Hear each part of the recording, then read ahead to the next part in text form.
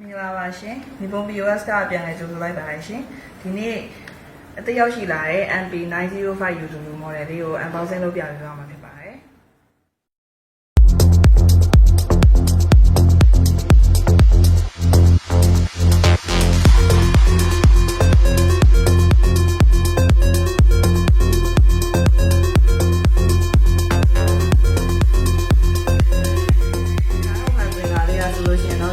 လာဆုံးတော့လမ်းပြင်အောင်လို့ခေါ်ပြီးတော့အဓိကအပြင်စားတော့ဆိုင်တွေမှာသုံးလို့ရပါတယ်။ဒီကဆိုလို့ရှိရင်တော့ model 2မျိုးဝင်ပါတယ်။ UW နဲ့ UE ဆိုတဲ့2မျိုးပါ။ UW ကတော့ USB Wi-Fi ဖြစ်ပြီးတော့ UE ကတော့ USB ဒါလေးကိုစားတော့ဆိုင် kitchen တွေမှာသုံးပြီးတဲ့အခါမှာဒီဘက်ပေါ်မှာဒီတိုင်းတင်ပြီးတော့သုံးပြီးလို့ရတယ်လို့မျိုးနိုင်ရမှာချိတ်ပြီးတော့လည်းသုံးလို့ရပါတယ်။နိုင်ရမှာချိတ်ဖို့အတွက်ဒီချိတ်လေးမျိုးပါပါတယ်။ပြီးတော့နိုင်ရမှာချိတ်ပြီးသုံးမယ်ဆိုလို့ရှိရင် print ထွက်တာအဆင်ပြေအောင်လို့ဒီ cover လေးကို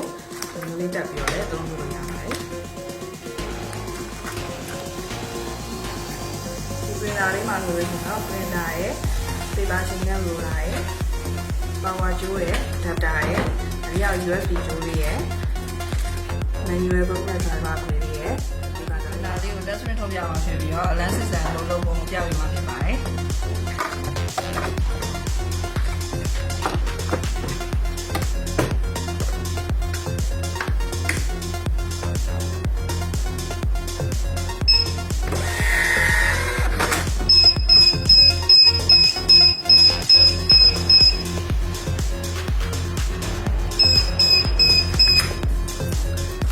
ဆက်ထုတ်လိုက်တဲ့အချိန်မှာအလန်းကြီးရက်တော့မှာဖြစ်ပါ